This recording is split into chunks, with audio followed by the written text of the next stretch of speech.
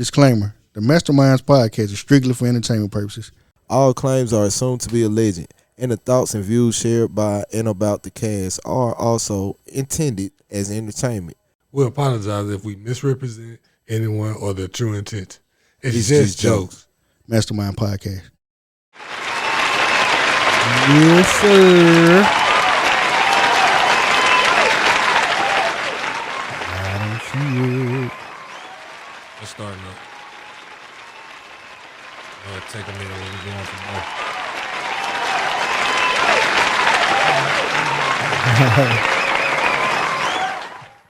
I don't know how much more clapping we can take. Nah, we done. You know, we got a special guest in the house, man. You got family in the house. You got to celebrate family, man, when they in the house, man. That's right. Give them their roses while they still here.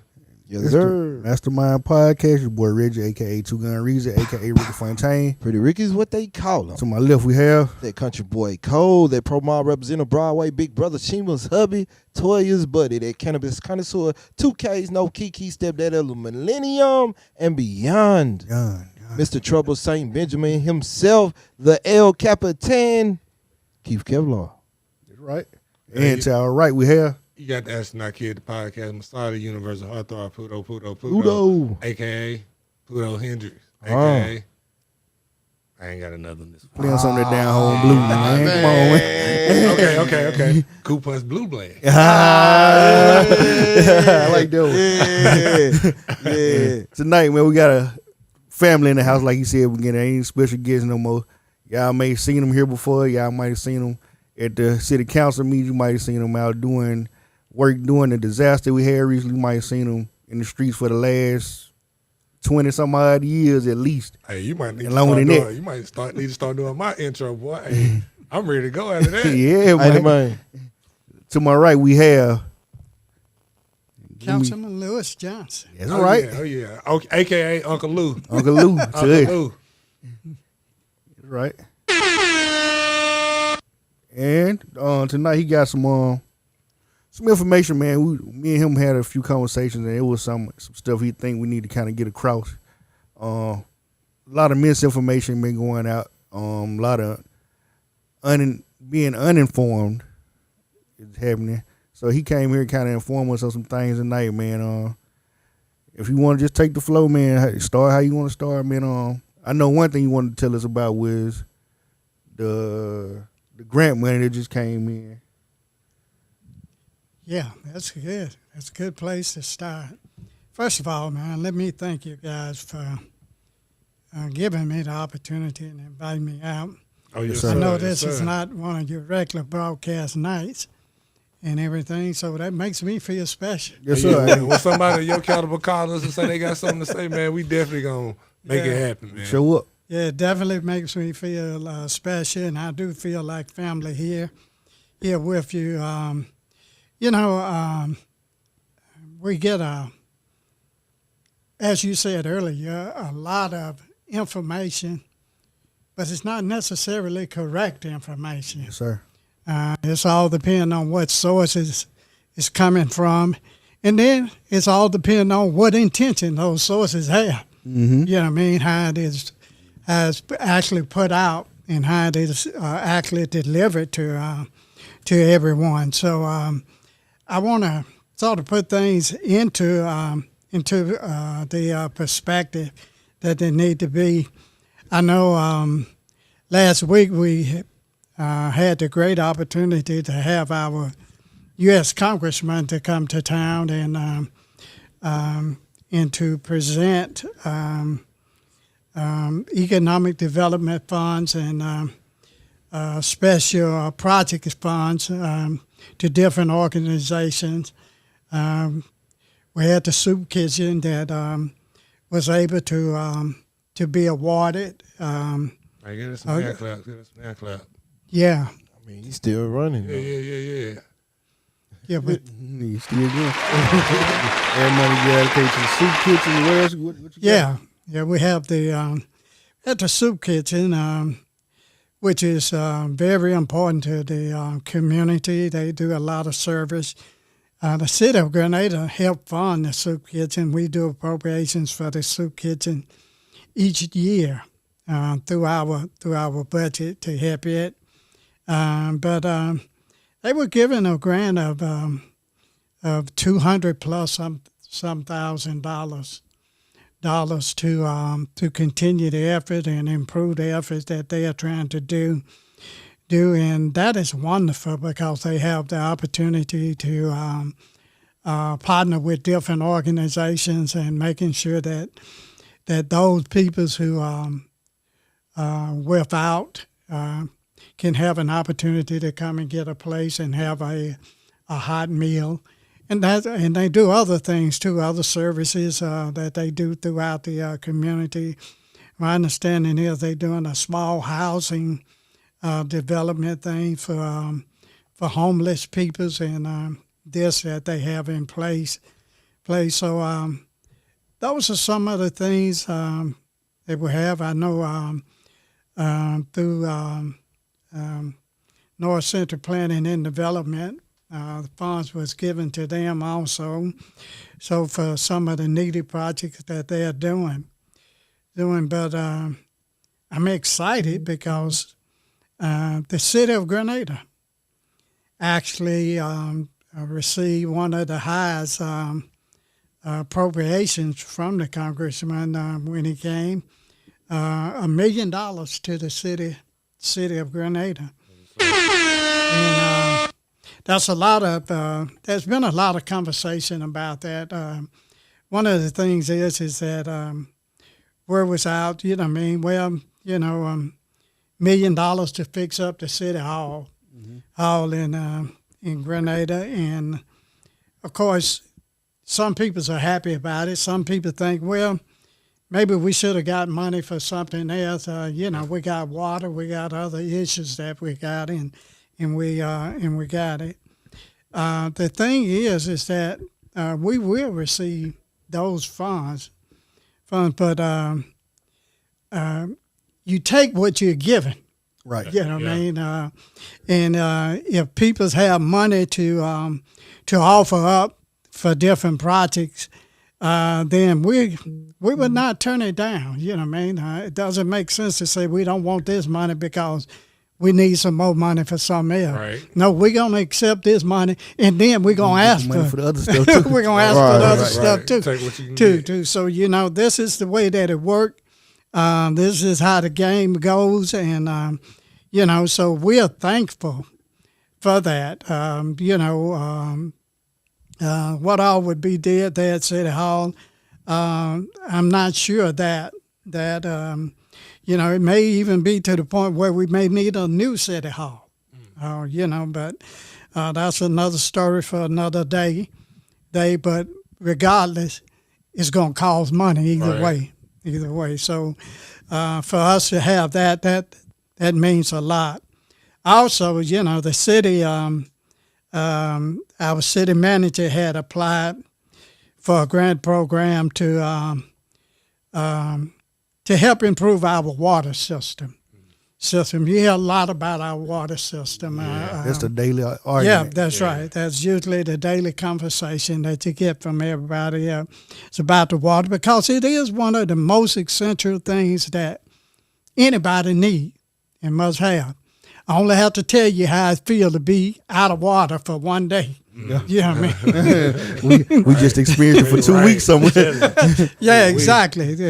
So it is very, very important. And but I think a lot of times people don't understand the complexity of the system and what it's all basically entail in it to really make it work like it need to work. And Grenada have the third largest water system in the state of Mississippi. Wow. I didn't know that. A lot of people really do not know that, but we do. Grenada water system not only runs here in the city limits of the city of Grenada, but we run all the way out throughout the county, and some of our systems service people who are on the border counties to Grenada. So we have a very large system. I stay in Duck Hill, and I actually have to come to Grenada to pay my water bill. Right. This is what I'm saying. Exactly. So I think people's they really do not realize how large a system that we have in it.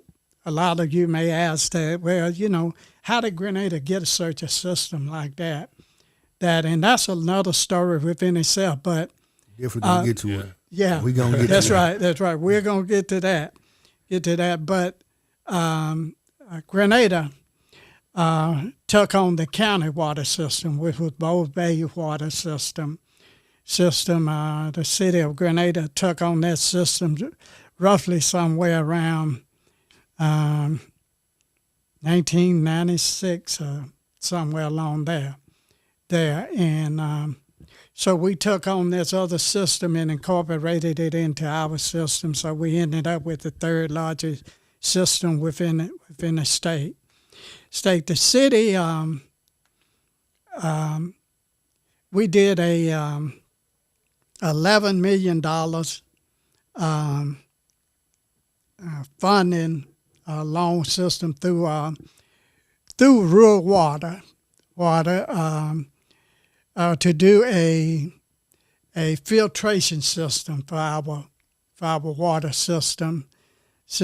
And I was speaking with our engineer today, and believe it or not, all of those filtration systems have been put in place, and the immediately effect you will see would be particularly those who live within the immediately city limits. You would begin to see that the quality of your water will be better. Believe it or not, the complaints concerning the water is going down. It's going down as this system is actually coming on. So that was a $11 million investment by the city of Grenada on a system that really for years and years hadn't had any type of maintenance upgrade did to it. So it's really a very big deal. So would you say the city inherited like a major water issue when they took in them other systems from the county? Oh, most definitely we did. We did. The bowl-based system was it was on the verge of actually collapsing. The board of supervisors, they wanted to get rid of it, and when we get into some more things, I'll tell you how that actually came about. But it all was related to the fact that doing annexation and everything to try to cut a deal to get the board of supervisors out of the annexation argument, and so. We bit off a bad apple. I'm just gonna tell you like it is. So, all right, to kind of just round up what just went on with the last part of the conversation, we got the grant money from the state, from Mr. Benny Thompson himself came and delivered the check, and that money covered the soup kitchen. You said, was it City Hall? City Hall. Yeah. Also, you had some infrastructure stuff. You said it. That's right. Some housing program. The infrastructure deal is a separate deal. Mm-hmm. Through our city manager, we was able to come up with a additional $150,000 to do some infrastructure work on the water system.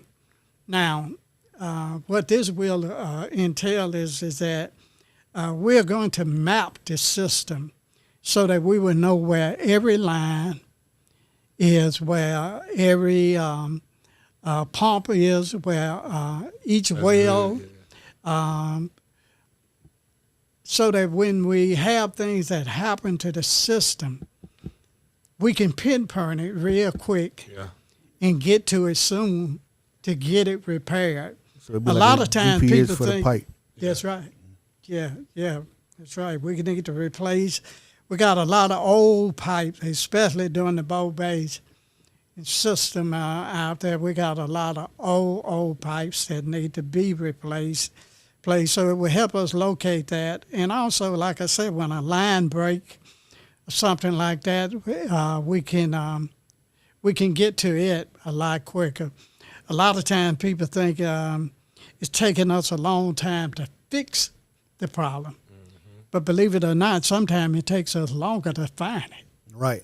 You know, it takes us longer to find it than to actually fix it. Once we find it. It's a lot of the mapping you got to do. It's a lot of pipe. Yeah, it is. It We'll have is. to reach out It is. to where in to Duck Hill area. I never knew that. Yeah, I didn't know they Yeah. took in Montgomery County spaces. That's too. right. That's right. You got Montgomery County. You got part of Calhoun County. Wow. County that this takes in part of Carroll County. So it's It's a large massive. That's a system. lot. It is a large system. And sometimes I feel like they want you to get down there and fix it yourself. We go see Councilman Johnson with some rubber boots on and a suit. Well, now I tell you what, I will do that Yeah. if that's what it takes. If that's what it takes, I will do that.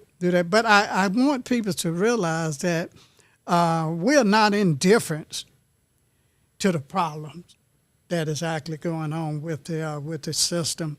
In fact, we are trying to address it, and it costs money to address it.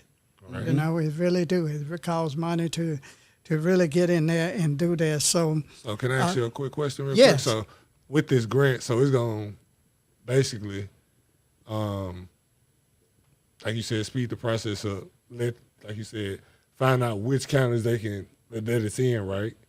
yes, we can go through the system and find out a lot quickly what we map and do the camping system on there. To know exactly what money to get to make that upgrade. Well, where to send the crews to. Right. And where to dig. And it's a GPS system for Right, the pipe system, I guess, right. Yeah. which is pretty high tech. So Well, it is, and it is where things are going, and is what we need, especially for the size system that we have. mm-hmm. And that's the system is too large for the antiquated method of trying to Pinpoint it. get things done. So that's. So to the guy that tried to debate me on this, did this satisfy you? Oh, someone was debating you. Man, on it? I was talking about, I ain't even say nothing to him. He just popped up out of nowhere like, you know what, I've been watching you for a while. And this money needs to go here. And I was like, well, that ain't what the money was issued for. They got money issued for that problem too, but and it's being worked on. You can't speed up a process that You don't know about. Yeah, it's a tedious process. You got to go inch by inch with this pipe. Yeah, we don't know what they find, and like you said, how old that pipe is, and know what It depend was on already where. bad when we acquired it. Yeah, and so like tell where it's at, the location, how they had to get to it. So Man, some of the plumbing system we got outdate some of the counties in Mississippi. That's crazy. It's that old. Well, it is. It's real. It's real complex. But we hear what people are saying, and we see what people are seeing, and we realize, as I say, nothing get any more important than people having clean, decent water. Right. Water for their Amen. use. Use is just basic, as you say. It's one of the most basic things there is. So it's a situation, but it's a situation where I've never seen a perfect system, though. No. I want people to realize that there's no such thing as a perfect system. I don't care whether you go to New York, Los Angeles, whether you go to DeSoto County. One may be better than the other one, Right. but none of them are perfect. None of them are perfect because it is an ongoing process that requires constant maintenance, constant being vigilant about it, and you're going to run into wear and tear.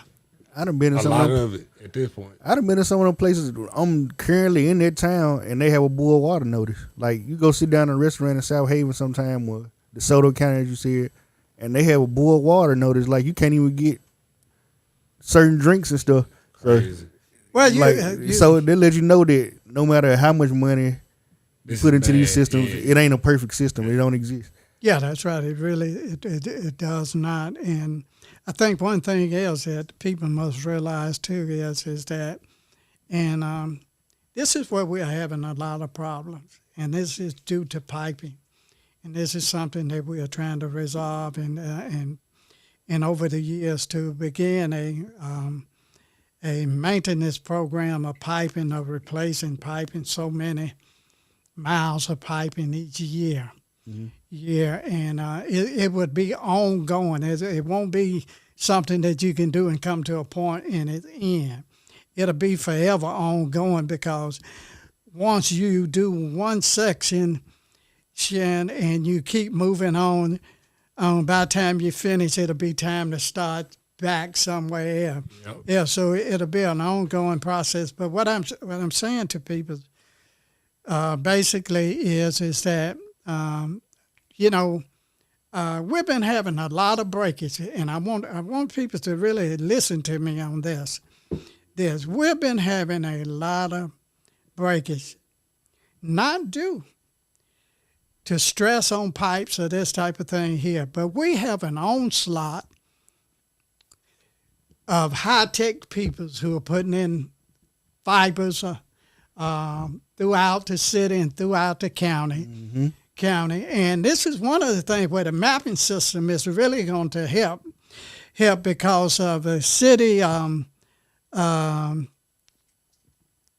vague system of knowing where the lines are and getting lines marked. These peoples are coming in, and actually they are supposed to mark and identify, but a lot of times they come in without us, unbeknownst to us, and say anything.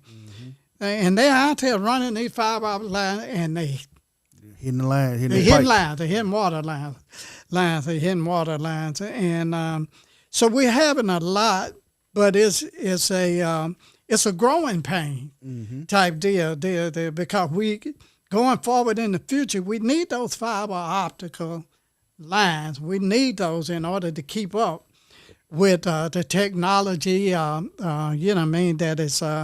that is out there, and tomorrow technology that is coming.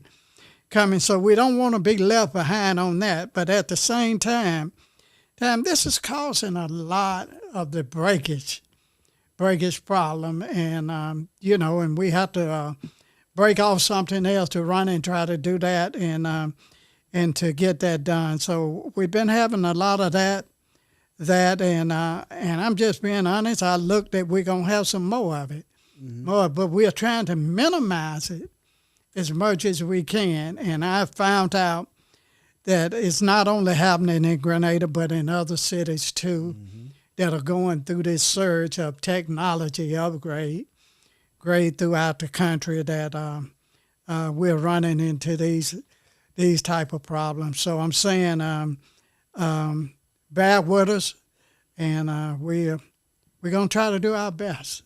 Yeah. We're going to try to do our best. But, So you can ask from somebody. oh, yeah. That's all you can ask. And do their best. Yeah, and That's it. that's what they doing. That's it. And to round up this section of the conversation, you also said $200,000 to the airport, which has been another big topic in Grenada for a while. Thank you. Yeah. We are. We have been appropriated funds for the airport, and the airport is really it's really a diamond in the rough. Right. Rough that with the right development and everything, it can be a key component to economic development here, not only in the city of Grenada, but throughout the county and throughout this area, because it can serve neighboring counties, Yellow County, all around, that we can do do. Grenada have one of the longest and largest runways of any airport in North Mississippi. That's crazy. I never knew that, man. Yeah, I'm telling Yeah, you. if you go out there, you can see it, man. I'd have had to cut the grass out there before.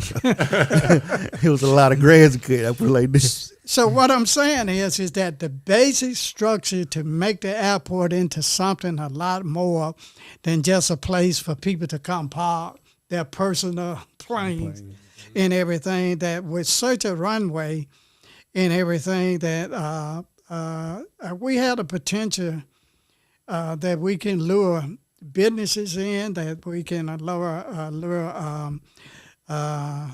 warehousing companies and all of this within Grenada, because large planes can land there at the Grenada airport. But the Air National Guard, they uses the Grenada airport, but we have a contract with them. But they, because of our runways, they're able to come in and with their big planes and everything. Of course, we got to do some upgrade. Once we do that, they'll be back in. But they can bring in these big, well, I'm not a military guy, but y'all know the big cargo planes that they got. And they practice at the Grenada airport is what they call touch and go. Because if you're in a war zone and you're dropping off those supplies, those planes really don't land and set, and because they are surrounded by enemy fire. So they come in and they touch the runway and run along the runway, dropping off their supplies, and they come right back up, never stopping. And Grenada Airport is large enough that they can do those type of exercise. Drills out there. Yeah, It's crazy. Because you do need a big runway to do that drill. Yeah, because you're running fast. You hitting the ground, dropping the crates. Yeah. Going back. Back up. So it has a lot of potential. So, and one of the things that we're concerned, I know a lot of people are concerned about, is the old hangar out there. It's really a landmark. It's a historical thing, but it have had its day. Yeah. It's looking kind of sad out there. Yeah, it's sad, but stick out like a sore thumb. Yeah, that's right. It have had its day. So the thing has been, and of course that is in my district, has been how do we want to handle it? What do we need to do for safety reasons and everything? It's just about financially and just unfeasible that you can reconstruct it based upon trying to save any of those parts and everything of it. We had a young lady that was looking at the process of maybe getting it out and doing some things, but haven't heard anything lately concerning that. But one of the things that I had looked at exploring was the fact that you take it down, but you leave the front facade up as a historical marker. Just prop the front up. That's right. That you leave it up, and we can redo it and everything. And man, you got the best concrete in the world there at the floor of that thing that was made by the military. And out there at that particular place, you can have a lot of events. Oh man, that's what Grenada Day is. Yeah, yeah. You can have a lot of events. There can be a lot of things can be held out there at it. Everything from concerts, everything from flea market deals, you name it. You know what I mean? Didn't one year they have Thunder on Water out there? I think so. No, it was across the street. It was across the road. Okay.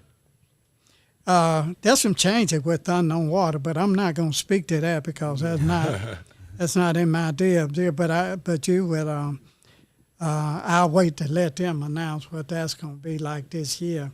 Yeah, but to let you but to post you up, there will be some changes in that, in the location and all of that. Exclusive. Exclusive. Got an exclusive right here, y'all. Right here.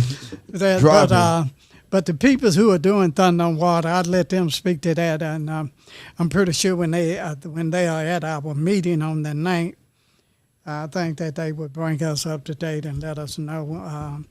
And I think the public would have an opportunity to know also. So at that point, so I won't speak to it. But getting back to the airport,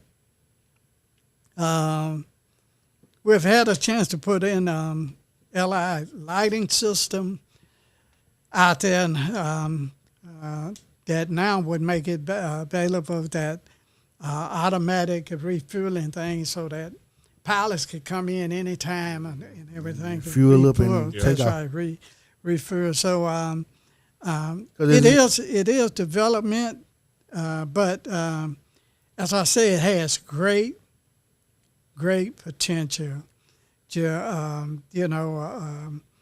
A lot of people say, maybe y'all need to give it up, just give it away.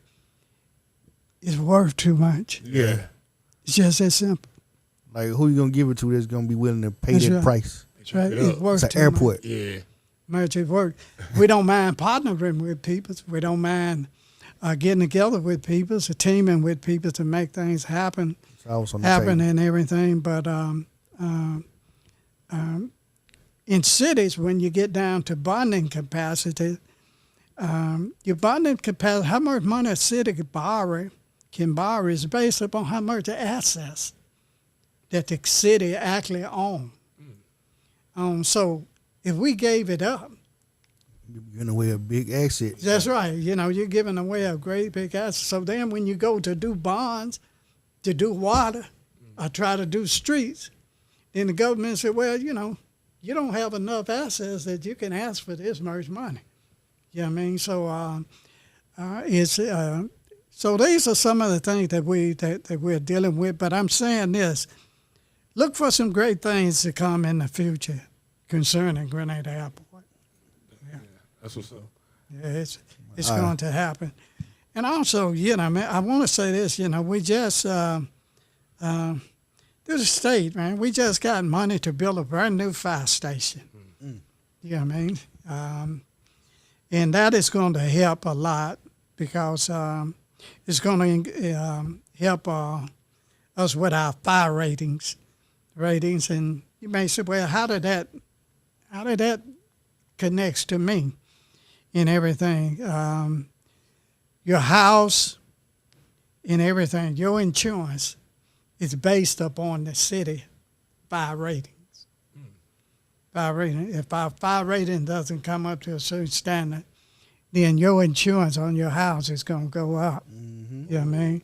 On your business, it's going to go up. Mm-hmm. You know what I mean? On your property, it's going to go up.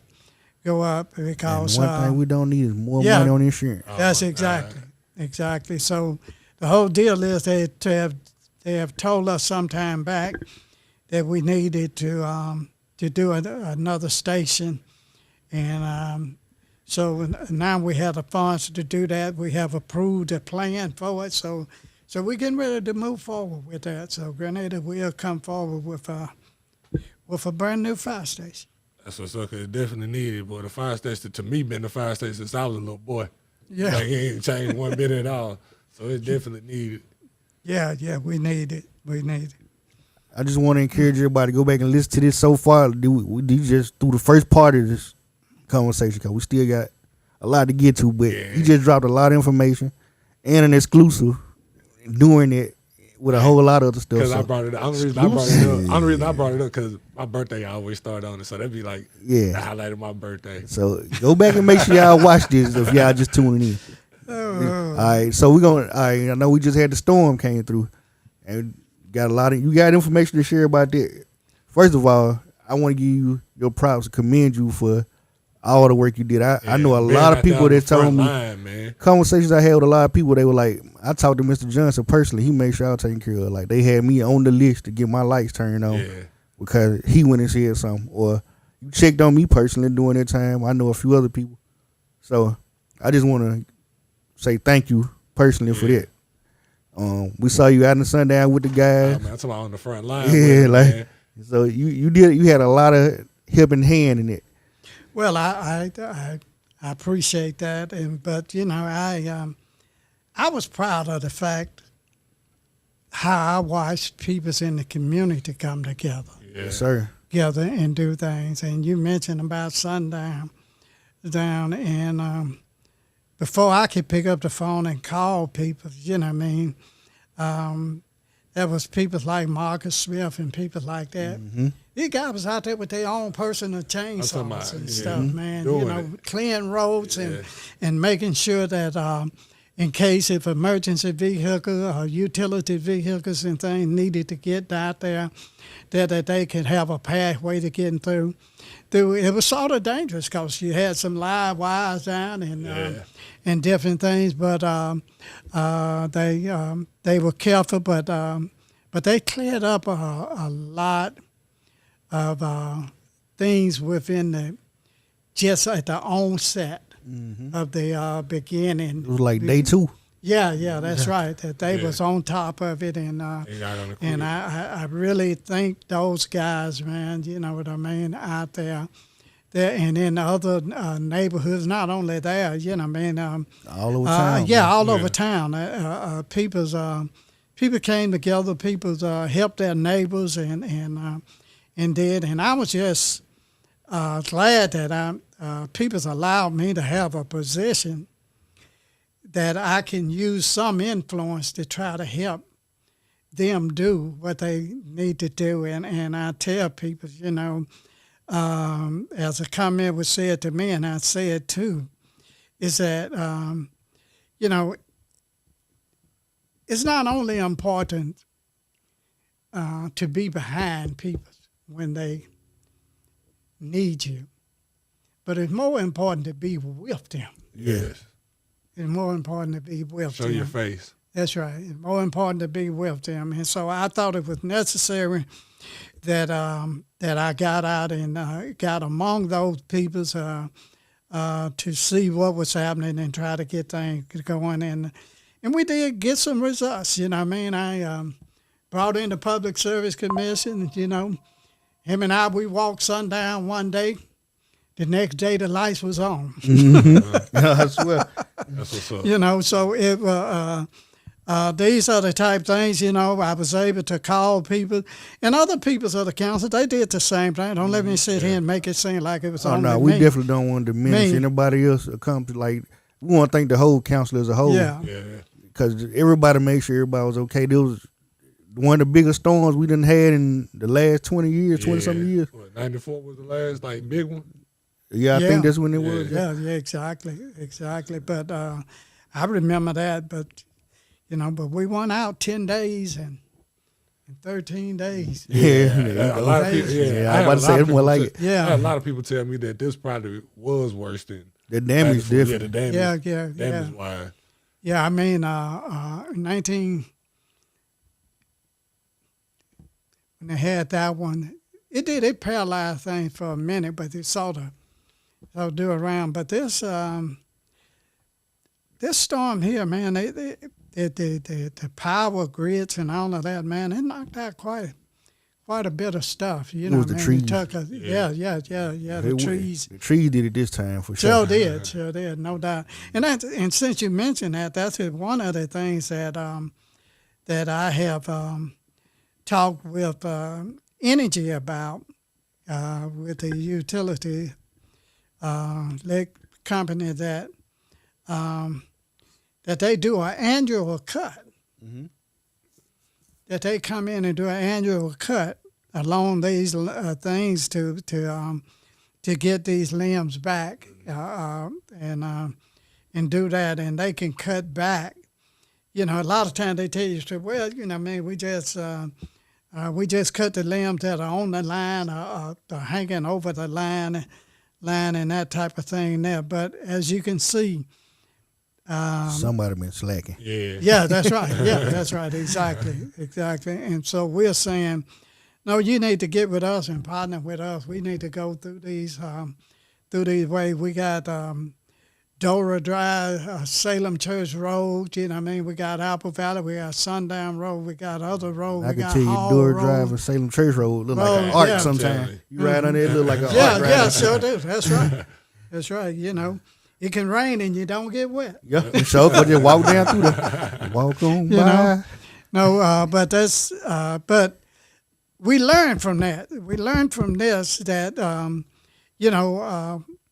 if we do a system of maintenance routinely, when these type things happen, and believe me, by Mother Nature, it's going to happen again. It just all depends on how worse, how bad it may be. How can we soften the blow this time? Yeah, that's right. That's right. Going next time around, how do we try to make it better? So the main thing is, like you said, if we can get back these trees and limbs, it really can make a lot. And I feel sorry for anybody selling firewood because I don't know nobody needs it for a while. Yeah, I know I donate a lot of wood. I know somebody with a fire burning heater. Yeah, I'm telling you. Yeah, but it's and good. I want to give a shout out to my Uncle Frank too. He held me down during that storm. I had someone warn to go. Who is that? Uncle Frank Rimmer. Oh yeah. I talked Really, to my your cousin. dad I call about him. that. Sure did. Yep. Yeah. Frank, that was a good gesture on his part, man. I really, and that's what I'm saying. So many people stepped up. So many people allowed people to come into their homes. Those who had power, so that people could come together, and all of the Red Cross, these peoples, it just the warming shelters and everything, it really made a difference. Yes, sir. It made a difference. You got any like you file claims or reimbursement information? Yes, in fact, I told people when I was out for them to document your damage. Yeah, man, if you had a tree to fall on your house, if you had damage to your vehicle, this type of thing here, even to the point, if you lost clothing, if you lost food, you know what I mean? If it caused damage to some of your appliances or whatever, you know what I mean?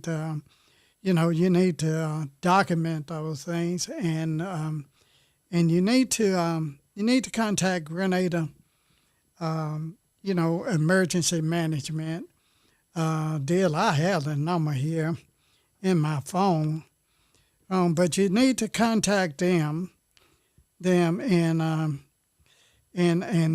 report, and they would direct you to the different agencies that are here that will try to assist you.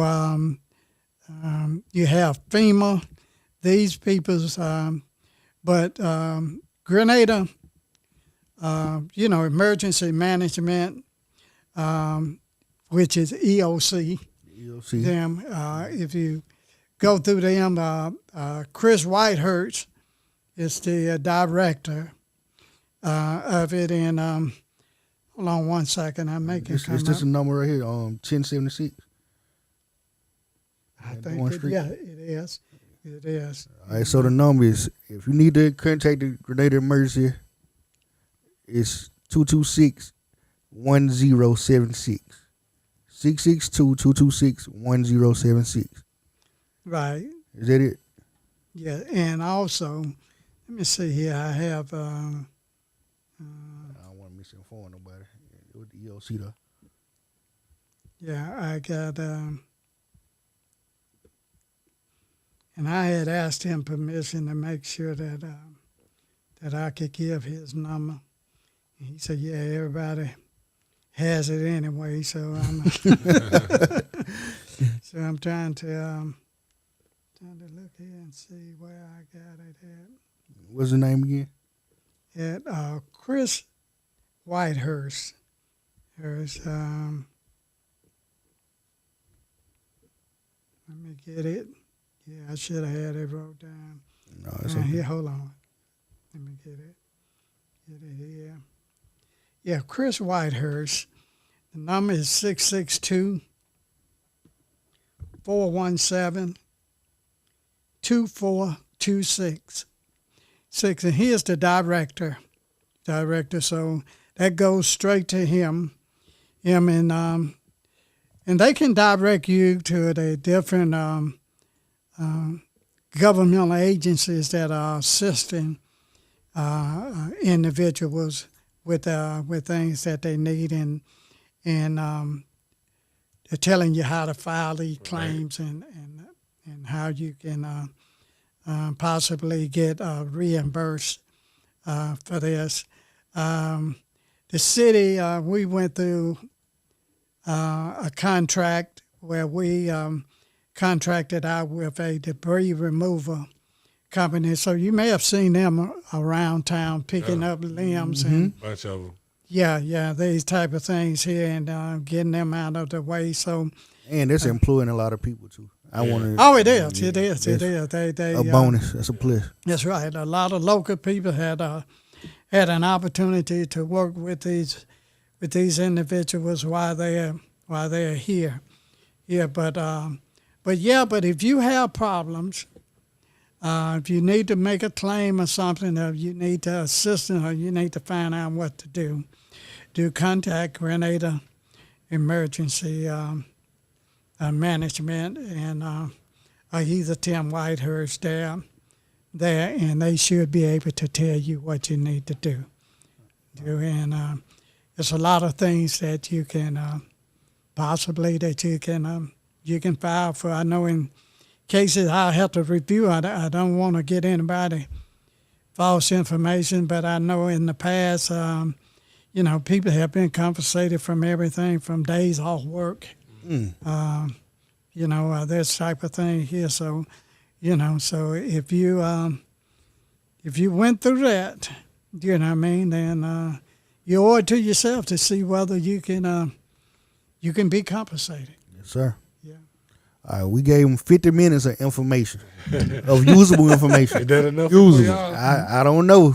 We dropped exclusives. That's about special We educated you about the water system. We're getting a new firehouse. Getting a new firehouse. Working on the airport. Working on the airport. They working with the soup kitchen. Man. Working with the soup kitchen. Shout out to Ain't Doors. Stay in the soup kitchen. Yep. For sure. Everybody over there. Don't nobody mess with it because I ain't gonna say it. You said it was a housing project they working on too, right? Like they doing something, funding some housing, right? Well, yeah, they have a program that With the soup kitchen. through the soup kitchen. Okay. That was up. They're doing small, livable houses to get people off of the street, type of thing there. And they have a contract with Mississippi Valley University. Oh, that was up. Yeah. They have a contract. They build the houses over there at Valley. It's part of a program over there at Valley. Valley build the houses. Where they got people that can actually help manage that situation. Right. Although Grenada is decent and good, we ain't got enough people to manage that. People got stuff to do. Right. It's a lot of working people in Grenada. Sure is. So, so it's some things happening, and I tell people a lot of times you hear a lot of negative talk about the city and all of that and everything, but I have to be honest with you. You know what I mean? We live in a time whereas if Jesus walked among us, some people would cuss him. They sure would. It's sad to say that. Is that all? Is that all they'll do? Or they're confusing for president we got. Oh, man. And I'm not trying to say that to city that to that point. I can't. We can't Not just compare. Grenada. You just saying Grenada. But what I'm saying is that that's really more good than it is bad. No, the city of Grenada is not perfect, but there is a lot of things, you know what I mean. But you don't hear it. Yeah, you just misinformed about it. You don't hear it. The problem is people are not involved. I have to say this. Other day at City Hall, Congressman came in and gave away right at about $3 million.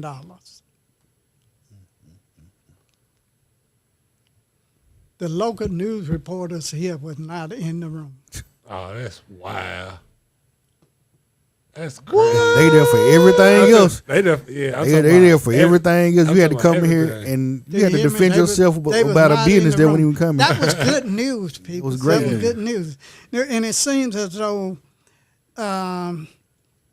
people don't want to hear the good news. No. News. They want to hear. They want to hear all the fuss. They want to hear all the ramp. They want to hear all of this, so that they can talk. So the negativity can flow, and everything. And it is design criticism, people. Mm-hmm. It is design criticism, to try to influence people. Propaganda. Yeah, exactly. So I'm saying. Yeah, I mean, when you talk about how the education center, I mean, City of Grenada funds that, help fund that, but you'll never hear that. You know what I mean?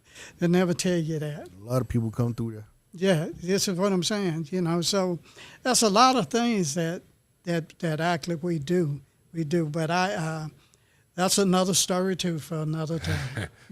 So hey, you're always welcome to come back and tell it if you want to. All right, so we done gave y'all 55 minutes of important information. All the questions that you've been having was answered. Broke down this money that the city of Grenada just got. The water system, everything. Okay. All right, so now we're going to come for what we came for. It's Black History Month. Yes, sir. It's coming to an end. We're in the last 3-4 days of Black History Month. And I think it's some things that people got a big misunderstanding about. Not even just going way back to when Martin Luther King came, some stuff that happened in the last 20, 30 years. People act like they really have no idea of how we got to where we are now. So, Mr. Johnson was invited here today to kind of talk about the political climate, how we got to where we are now. Yeah. So, if he wants, I'm going to let him take the flow, start where we want to start with. What's a good starting point for you? Well, and I appreciate the opportunity to do this. I think we have history a lot of times right before our eyes, and sometimes it's hard to appreciate it because you're living in the moment, right. And you're living in the present, and a lot of times during the present, you don't realize that you're really a part of something that is great because you're going through it. You're through it, and as you was alluding to back during the Civil Rights Movement, I'm not going to talk about that long either because later on we're going to have, in the year, we're going to have a program and stuff that's going to deal with the Civil Rights movement. But growing up and coming through that period, I didn't realize all of the greatness that was going on around us. I didn't even realize the magnitude of Dr. King and different people. I didn't realize the sacrifice and the togetherness that this community had at that particular time. Grenada had one of the most successful civil rights movement than any town or city its size. Dr. King even praised Grenada when they listed his top 10 civil rights movement. Grenada was in that top 10. Hey. 10. If you go to the King Center and they got a list of his top, that he designated as being his top 10, Grenada was in his top 10 because he admired the unity and the dedication that the peoples here in Grenada had for the movement. One of the most successful boycotts in his career was carried out right here in Grenada. Yes, sir. Grenada. And he speaks to Grenada because, and don't get me wrong, Grenada is my home, and I love it. There's a lot of things. But we do have an ugly past. Yeah. And we need to confront that ugliness at some point, because that's the only way that we're going to move past it. I look at individuals like my brother, Robert Johnson, who was a young man, only 19 years old, courageous, leading a entire movement at the time, doing that. But what I'm saying is that Dr. King traveled the world. He received the Nobel Peace Prize. Sit down with the Queen of England, hobnob with all of the world political power, from the Kremlin to everywhere else. But he remembered little old Grenada. Never forgot us. Hey. He never forgot us. Yeah. Because he never forgot us. He didn't talk about when he went and met with the Queen of England. He didn't talk about receiving the Nobel Peace Prize. He talked about his movement. And Grenada was in that top 10. They asked him about his top 10 movement. And Grenada made the cut. Grenada made the cut. And we not 10 probably. That's right. Probably high on that list. Yeah. And that speaks to the spirit and the soul of the city. Like, it still exists. It just it is. The movement has never ended here. Yeah, it's been dimmed, but it still exists. It's deep down in a lot of people, man. Just gotta be awakened. But let me say this, and I'm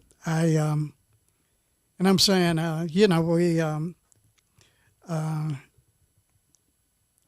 and I have to talk from the standpoint of the city of Grenada. Yes, sir. Grenada to the sense. As you say, a lot of people do not realize how we got where we are. We look up today, and we have a city that has a black mayor, and we have a city that has a black police chief, city clerks, black city manager, city attorney. Hey. But it didn't happen automatically. And it didn't happen by the goodwill of a lot of people. It just did not happen. It took some fight, it took some sacrifice, it took some togetherness that we could achieve this. And I think what a lot of people do not realize is that we think heroes a lot of times are people who come from far off. We think of heroes as being somebody bigger than life that you only can hear about or see on TV or in a magazine and this type of thing here. But people do not realize that they walk among people today. Got some ghosts right here. That paved the way, and through their effort made it possible that many of the things that we are seeing and enjoying today happen. And those people are very seldom thanked or told how appreciative that we are for their sacrifice. And like I said, there wasn't no glory in it for them. It was only sacrifice. It was only sacrifice. People lost jobs. People did this. But let me tell you, what you see today as far as department heads, Grenada have peoples of color as department heads. When I first came on the city council, there was one person of color as a department head. Mm-hmm. And that was Richard Ellis of Grenada Recreation Department. That's right. Department. And that happened because they didn't think much about recreation and didn't put any money in it. So, okay, we'll let y'all have that. redhead stepchild. Yeah, we let y'all have that. And I say, that was it. That was it. But we went through a long battle there, because when we reached a point in Grenada where peoples of color began to participate in the political process, people felt it was necessary at any cost to make sure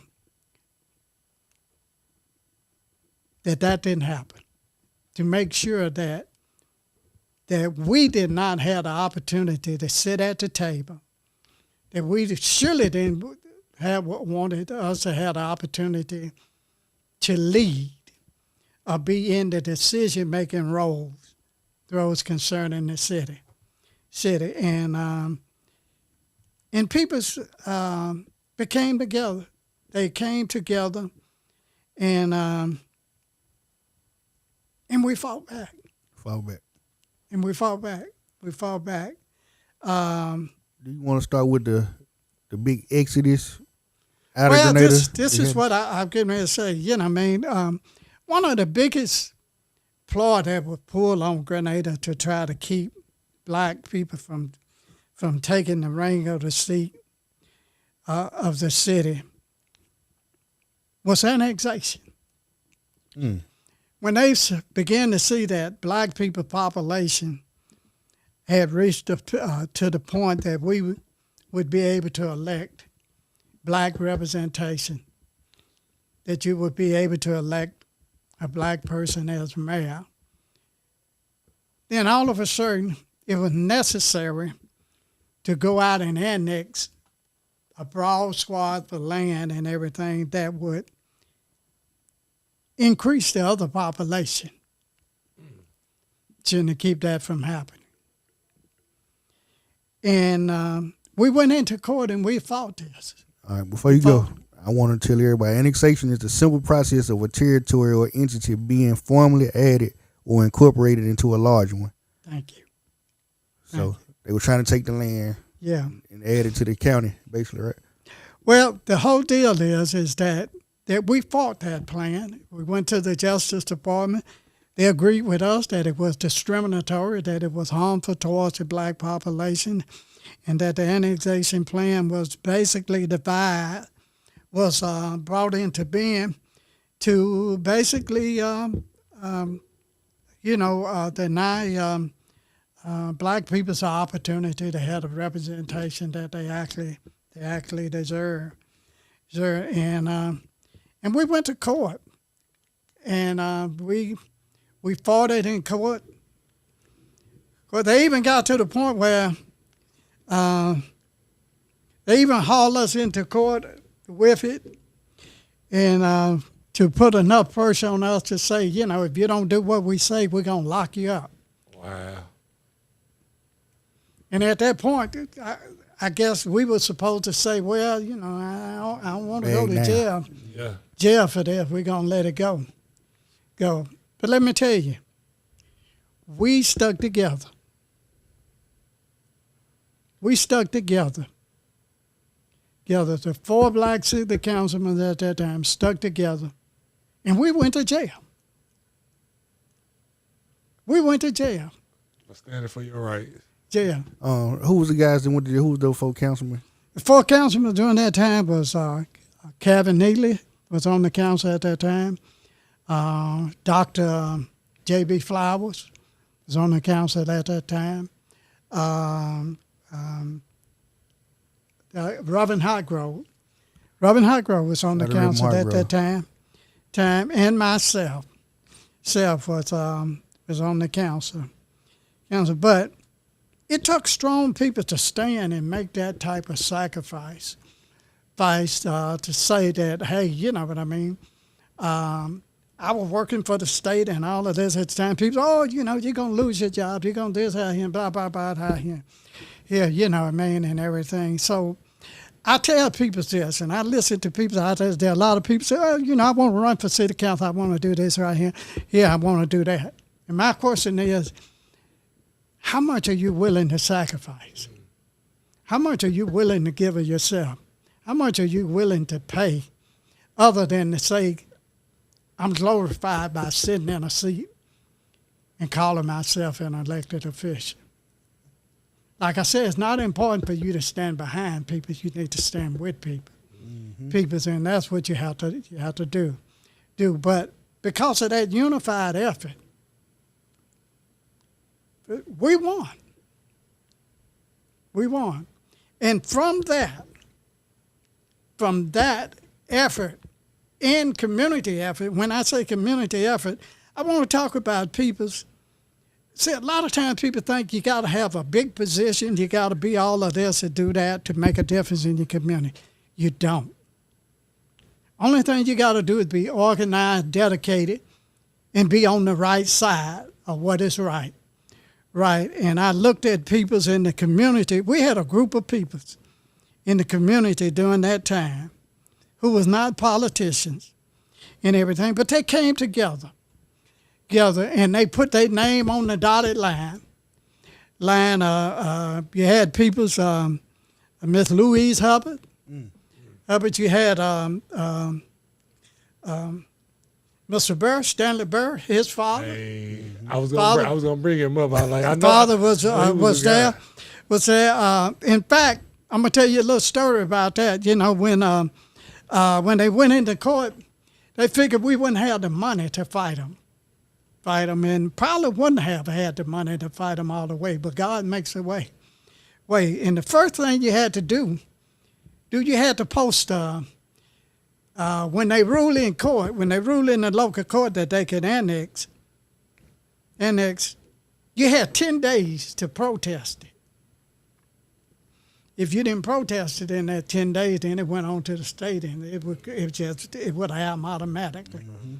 Automatically.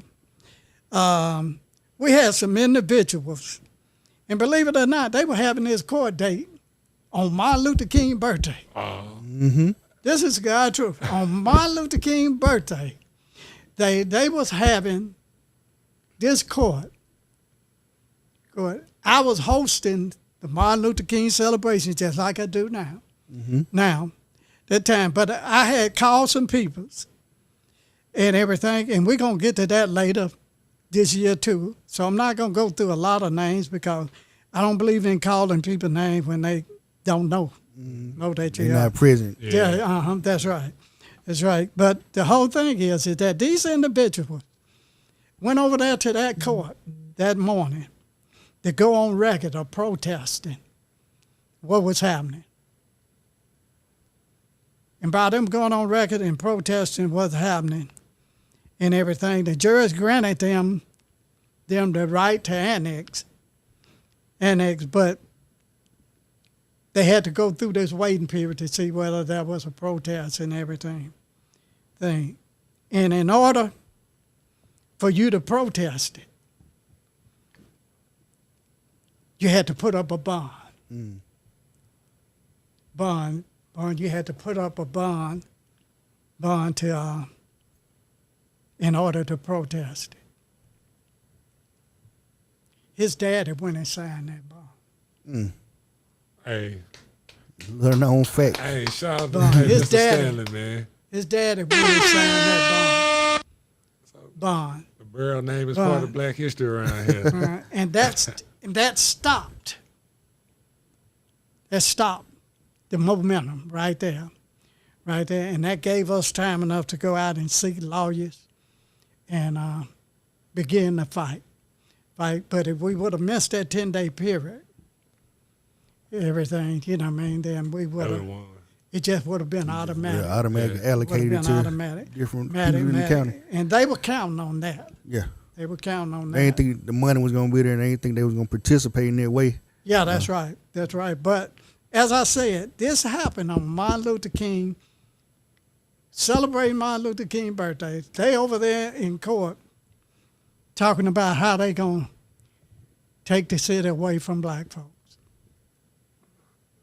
Wow, man. The city they abandoned. That's what happened. And we came back and we organized in the community. People came together, and that's what I'm saying.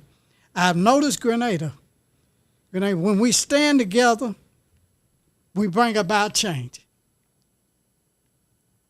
But when we are at each other, people capitalize off our division. Mm-hmm. They capitalize off our division. And during that period, people was together. The council members stuck together. The community stuck together. Nobody shuck and jive. Nobody backtracked. Stood on business. Everybody stood firm, and everything in one. As a result of that, we was allowed to elect the first black mayor of the city of Grenada, Diane Freeland Foster. Coming out of that struggle, we was able to do that. Then, of course, I'm just saying, because of that effort, up until that point that there had never been a black city manager, there had never been a black city clerk, there had never been a black court clerk, city attorney, street superintendent, fire chief. That list too long. And that's not half of the list. I was about to say, keep That's going. not half of the list. But never had it been. And I'm saying, right now, I listen to people, and I have to say this, and I had wrote a little note here. Yeah, in 1999, now for the first time in the history of the city of Grenada, the people's elected the first majority black city council. With this change, everything else changed. Progress came. People got an opportunity who have worked for a long time to take the right position that they needed to take. Mm-hmm. But let me tell you something else that changed. Everything was perfect about the city of Grenada, long as they ran it. Right. But the day that we swore in and gave the oath to the fourth member, who happened to be a person of color, from that point on, criticism and the blame for everything that was wrong, not only in Grenada, but if it happened anywhere else, somehow it was our fault. Mm-hmm. The nitpicking began. That's right. The nitpicking began. And that's my problem when people jump on a lot of different arguments they really don't know anything about. They see somebody say it on Uplift Grenada or Speak Your Mind Grenada or out in the biscuit pit. They hear somebody else say something and they jump on top of it, not even really knowing the history of what they talking about. Well, I listen to people, and right now, and one of the biggest things, and people say, it sounds good, but if you don't know the history, you don't know why. Well, I listen to people who, and I have to make this comment, isn't it funny how other people always can tell you how you ought to feel about your own? Woo-wee. Happen every day. You hear Do you hear me? Do you hear me? Yes, Hit sir. the nail I'm just saying, I look at all these posts on Facebook and look around, and I look at people who are of other persuasion trying to tell black people how they ought to feel about their own people. Mm-hmm. Something is sick with that. If you buy into that, something is sick with that. But they would not tolerate you 1 minute to make a suggestion about them to say that anybody of their persuasion was not fit or unworthy or dishonest to serve in anything. anything. That man's a saint. Anything, they would not have it. But we listen and we tolerate. And not only do we listen and tolerate, we participate. So right. We participate in this conversation. But that's a lack of knowledge. They don't, like I said, they don't know the history of what they talking about. They just jumping on top of an argument somebody else making. And this is what I'm saying. So I tell people, if you don't know what it's all about, you really need to learn before you take position. A lot of people now, we need a strong mouth form of government. Right. It's trickery. It's trickery. It's trickery. It's trickery. It's trickery. It's trickery. And I can break it down to you politically to make you understand where I'm coming from, so you won't be blind and say, what do you mean by trickery? Right now, it takes 4 votes on the council to make a decision about a matter. Yeah, minimum. At a minimum. And the whole deal is that, these people represent your ward, so they have to look out for your interests. But this is the political aspect of it. If you go to a strong male form of government, and they'll play along with you on that, but if you go to a strong male form of government, man, if your 4 council members decide that something is good or if something is bad, but it gives the mayor the veto power. Mm-hmm. Where the mayor can override what they do. Okay? He can veto it. Then you would need one of the other people for you to sustain it. Right. So you need 5 votes to beat That's right. that one veto. Right. So I'm saying, don't give up your power. You'll be giving power to one person in the That's city. right. Don't give up your power. People say, well, we got an antiquated form of government. No, it's not. Because when you travel the country, 90% of municipalities in this country operate under the city manager council form of government. In fact, the city of Grenada changed their form of government to this form of government because it was the most innovative form of government. And it worked fine until other folks got in control. Right. Then when other people got in control, somehow go back to strong man. Something went wrong. Something wrong with our system. The very system that we chose, the very system that we said was innovative, the very system that we said was the best system in the country because all other municipalities was using it. Now somehow it's not working. No, it's not working for you. That's what you're saying. That's what you're saying. That is not working for you.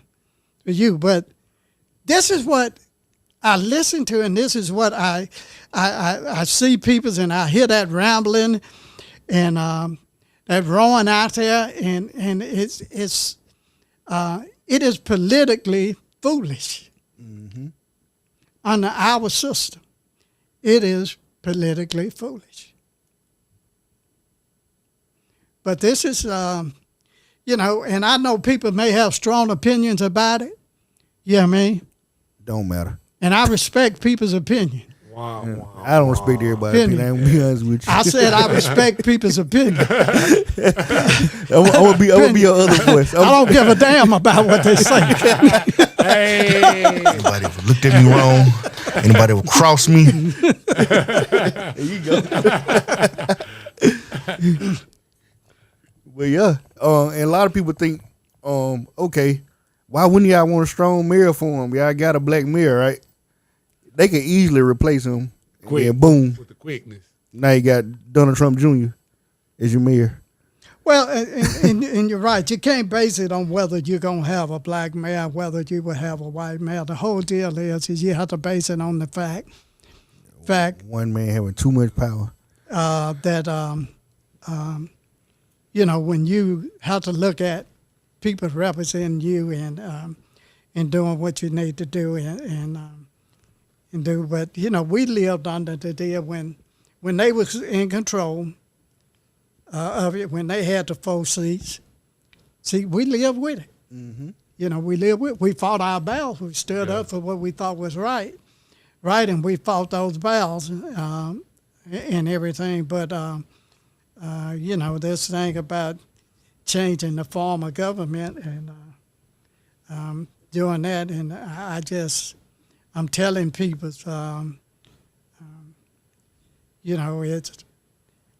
I tell people all the time, it's the same way with us. When I went off to college, and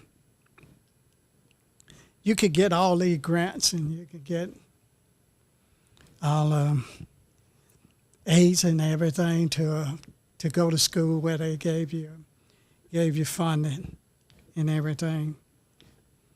But during my generation, I think more blacks began to attend college at that point. And when black people began to use the system, they changed it. The rules changed for us. Yeah, they changed. They always push a goal back once we start. Once you approach once we change, once we learn the game rules. Yeah, they always change. No. We didn't say you could do that. No, that's not what I said. That's not what we said. That's not what I said.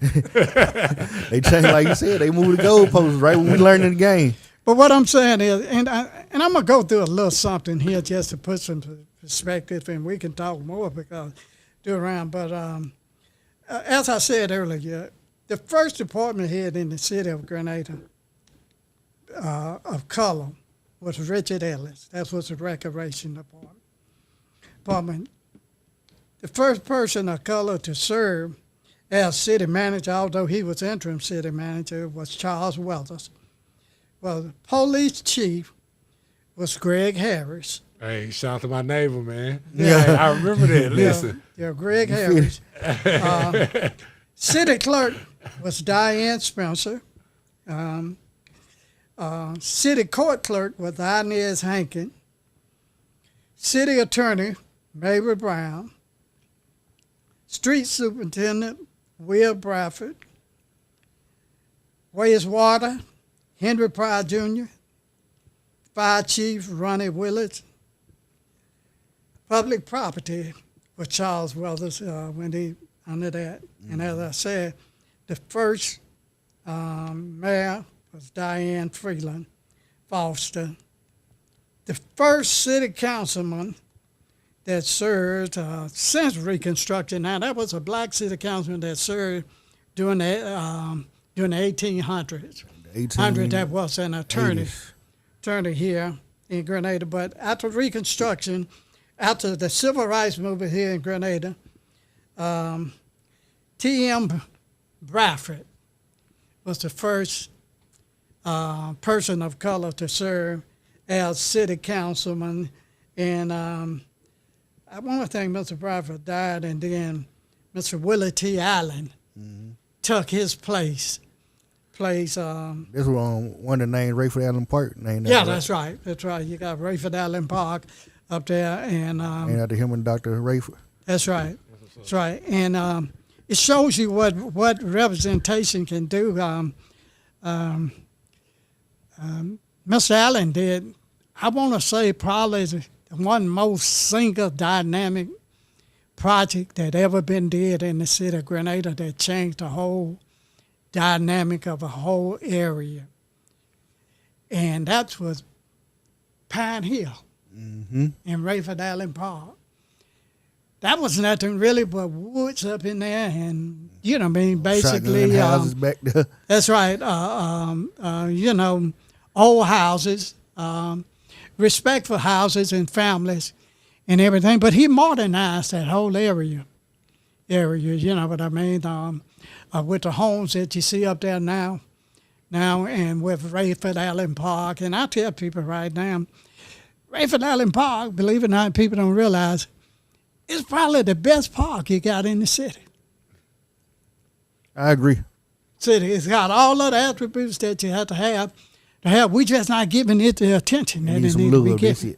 That's right. It needs some love. Love it. Needs some love, but it covers all the facts. You got tennis court up there. You got basketball courts. You got baseball fields up there. You know what I mean? You got a building that you can have a case at. You know what I mean? You got playgrounds. You know what I mean? You got it. You got it all right there. You got it all right there. Right there. And those are some of the things that, and I tell people that, you know, when you look at the names and things that I call out, this would not have happened. This would not have happened if people were not willing to say, sacrifice. well, you know, I'm so important, I'm on the city council, I can't afford to go to jail. But people went to jail. People said to the judge, lock us up. They fought for this change that we got. You know, lock us up. We're not going to bend. We're going to stand our grounds on what we I draw the line in the dust. So I'm saying the whole deal is that this is the type of unification that it takes in order for us to have progress and to continue to make progress and everything. And I hear people talk about, well, you know, we need jobs in this community. We need houses in this community. And I say to them, I agree with you. We really do. We really do. But the people who tell you about dilapidated houses and all of that, they don't want to own them in your neighborhood. But they'll tell you, the city need to do something like that. Lewis Johnson ain't doing nothing. This councilman's not doing this and not doing that.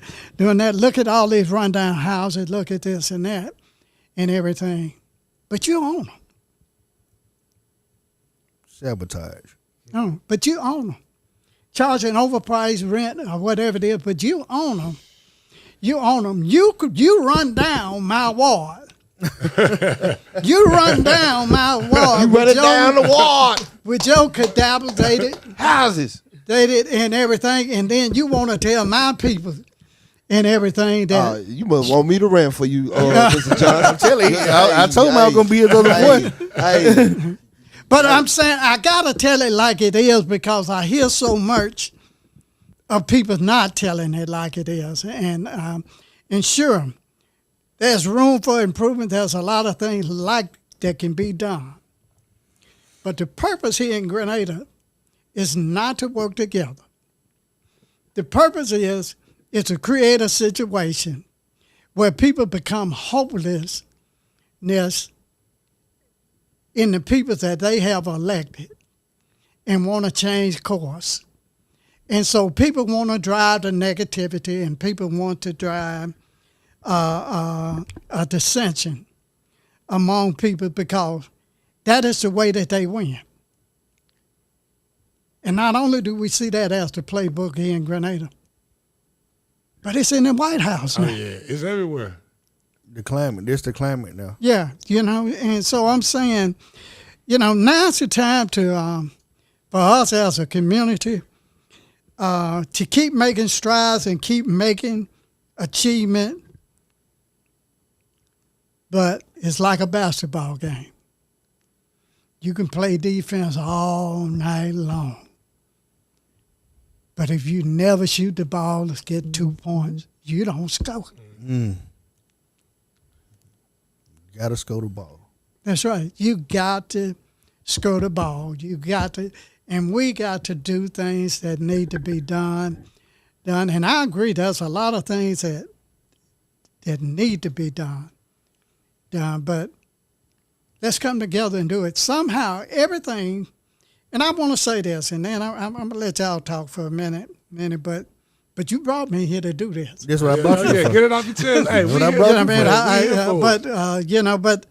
But I look through, and it's funny how certain things strike me. You know, when people talk about neighborhoods going down, and when you try to build it up.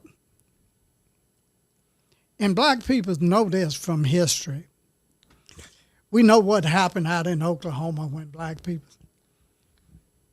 out in Greenwood, Oklahoma, when they had the Wall Street and everything. Black people are the only race of people who have been persecuted, punished, and killed for trying to be successful. For trying to do better, man. Just trying to do better.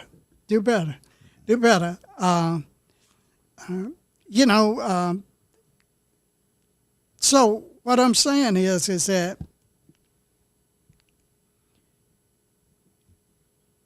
we did Taylor Hall. If y'all may be young, but Taylor Hall was a mess at one time.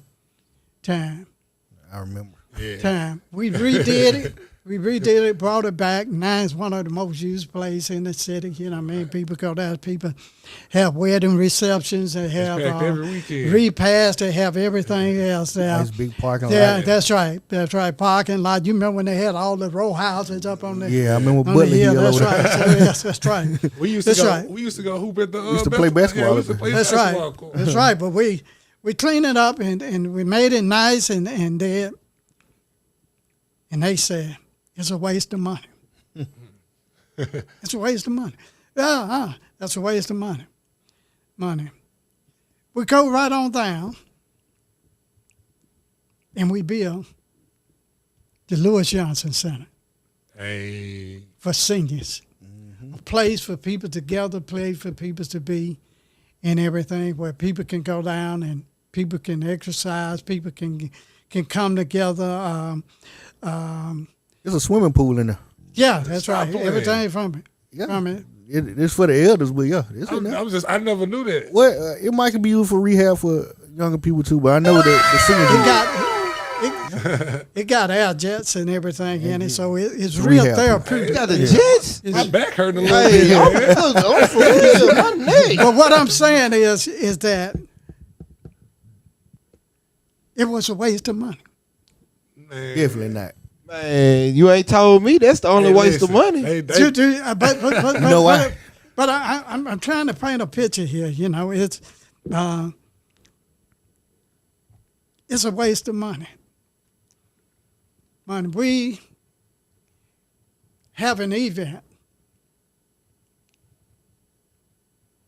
to bring everybody together, and we call it Grenada Day. Mm. And people can come out, they don't have to pay nothing, they don't have to do nothing, enjoy entertainment. Open to anybody. The whole city of Grenada. Right. The county also. And certain people hate it.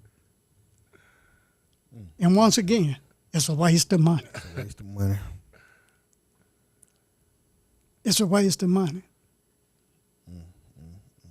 But at the same time, those same ventures can happen where they are. And it's the most appreciated thing in the world. Oh my God, man. It's the most appreciated thing in the world. Like I said, I'm not a person that is full of grievance, Vince.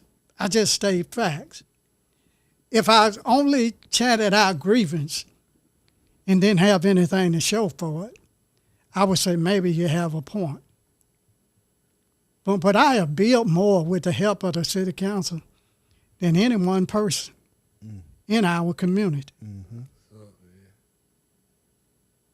So I'm showing you what you can do if you just do it. Do it, and if you be supportive of it, it can be good for everybody. But if we fight each other, you talk about jobs not coming, you talk about this. Why would they come when you're in the newspaper talking about how bad the town is? Why would they come? Why would they come? And something I want to highlight is the section north of 8 and 51, how drastically different they could have been. That's basically a black business sector. Like, we don't really use it the way we should, but Right. it's more black businesses condensed in this area than anywhere else in Grenada. And that could have been starkly different because it it was already widened into a 4-lane road, which Right. knocked out some of our historical Right. businesses down through there. So But you know, think about what the rest of their plan could have been. Right, that's right. Right, and that's my whole deal. In our community, we owe an obligation. When I say we, I'm talking about myself and other council members. We owe an obligation to try to grow the city and to and try to rebuild the city and do.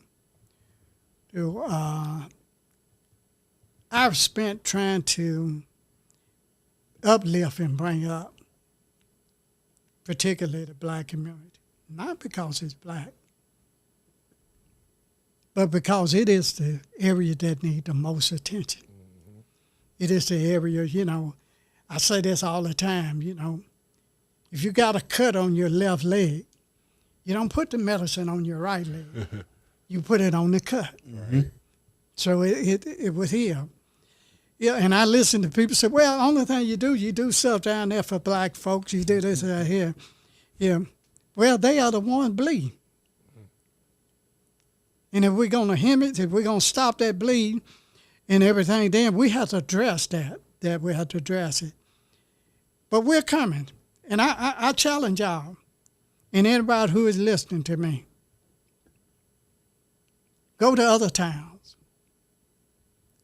Go to Houston. Go to Memphis. Go to other towns, especially throughout the Delta and place.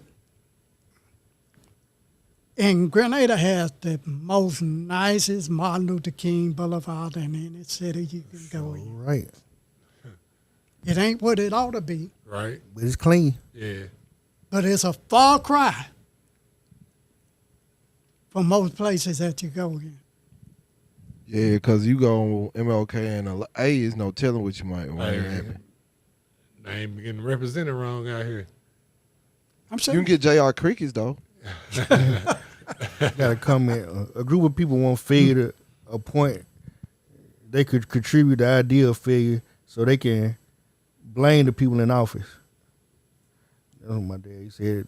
Basically, they want to see the system fail so they can blame the people running the Exactly. system, rather than see it win and we all win. They want it all. They want to fail so they can say, y'all failed us, we gonna replace you now, so they can do what they want to do. and I say this because I spent things trying to open eye, and you know we look, and we're getting ready to wind down Black History Month, and I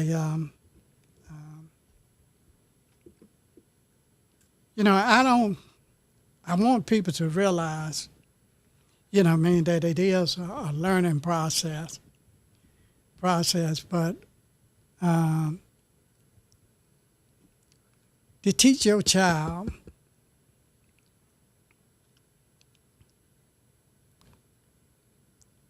about who was the first black this, or who was the first black that, that's not important, people. It is an acknowledgement, but it's not important. That ain't really the whole Black History scope. You're doing it a That's right. disservice. That's right. It's not, and I catch us getting caught up saying, I'm the first this, I'm the first that, this and that. That, what does it mean? Nothing.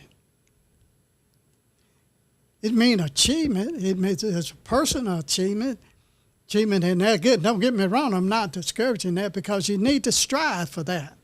Because if the door is there, you need to try to open it. You need to try to get in it by people trying to achieve to become the first of theirs. They have elevated themselves, and they have done it. And when we teach about Black history, we get caught up on teaching who was first this, who was first that, and not the lesson of what we have been through and the lessons we done learned from it so that we don't make the same pitfall tomorrow Sure, right. going forward, and how we can do better in our legacy and in our economic development, you know what I mean, that we need to be. So I'm saying, Black History Month is an awareness of yourself through accomplishment that you have acquired. And so we must realize that, and we must realize that we only are sitting where we are today because people did what they needed to do yesterday. The sacrifice. Yeah, they made sacrifice. Great way to round it back up. Yeah, are you willing to make the sacrifice? I think that's the title. That's it. I think I might have a better one, but we'll see. But we have some great opportunities and everything, and but we must come together to the point that we and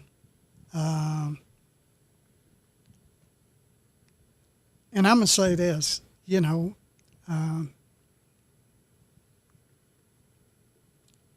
our foreparents, our great fathers, grandfathers, and people like this, they didn't have money. They didn't have money, but they had each other. Mm-hmm. They built churches. They built schools. They built businesses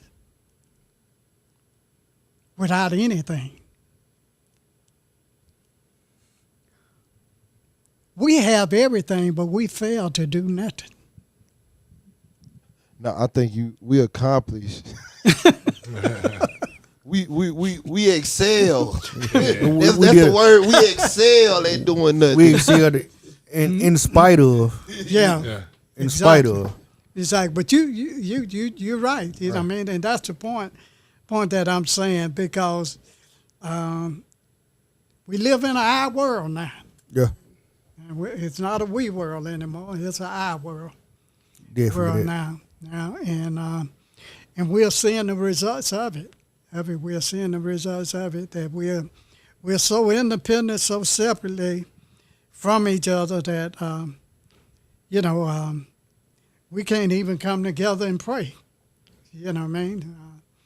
It just we got to rethink things, but I'm proud. I'm proud of black people, and I'm proud of everyone. But I'm proud of black people, and I'll tell you the reason why I'm proud of black people. Because we are the only race of people who were denied the opportunity to learn how to read, but we read anyway. Come on now. Wait. We was the only group of people who were denied opportunity, but we found opportunity. We made a way. Mm-hmm. Wait. Tell me any other race of people who have been denied, systematically held back, hands tied behind their back, chains on their feet. Whipped. And we excel. Out of all our wrong treatment and misjudgment, we went and fought your wars. Even after being enslaved by you, we fed you and your children. When you cried, we cried. We had sympathy for our oppressors. It's crazy. To this day. So I'm saying, tell me who is the better person. Tough. Spiritually, tell me who is the better person. That's tough. Heavy, that boy. That's heavy. Oh, and he always come drop gems, man. Heavy. So, I'm talking about, hey, you got us speechless, man. Hey, listen. Hey, he came through and, man, gave y'all plenty of his time tonight to give you what you wanted. Gave you funding. What the fund was going for? Wow, he broke the money down. Broke the money down by $1. Hey, I'm talking about to the cent almost. The water system. Not only that, some of the funding that we getting going to the water system also. Listen, man. Like it. He came through here tonight, man, to let y'all know what it is. And that's what we brought him here for, man, tonight. Got any closing remarks? Well, my closing remark, I just want to thank y'all. Look, guys, y'all have a wonderful platform that you have here. You have you reach out to a lot of people and you get it, and you're true to what you're saying, and you have a vehicle here whereby you can reach others. And I'm saying just keep up the good work. There's going to be criticism. But, you know, that's just part of it. But to allow me the opportunity to come, and as I say, and I say this to people, this is not their regular night. They usually do this on Tuesday, but they made provision tonight because they wanted to get it in before the end of this month and everything. And somehow I kept talking about the end of the month. I kept saying the 28th. Yeah, I kept he thought it was the 28th. trying to convince him. I said, yeah, okay, we're going to do it on 28th. I just put that in my mind. I couldn't get it out of my mind that it was on the 28th. Exactly was the day, the 26th, 6 and everything. But I really want to thank y'all. And I want to say to you guys, too, don't let anyone convince you that you have no worth.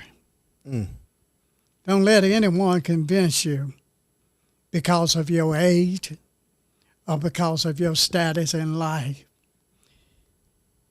that you don't have anything to offer. The thing is that I want you to realize this. Dr. King was not an old man when he was assassinated. Malcolm X was not an old man when he was assassinated. Fred Hampton. That's right. Medgar Evers was not an old man when he was killed. So I'm saying, as I said about my brother Robert Johnson, who led the movement, when Dr. King them had to pull out of Grenada them to go here, they left him in charge. He was just turning 20 years old, from 19 years old to 20 years old. 20 years old. And he took on that responsibility, along with other people like R.B. Cotton Reader and people like this, and Leon Hall and different. These was young people.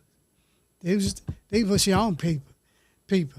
And I say today to young people, you can lead, but first you got to get around somebody to follow. You got to get around knowledge.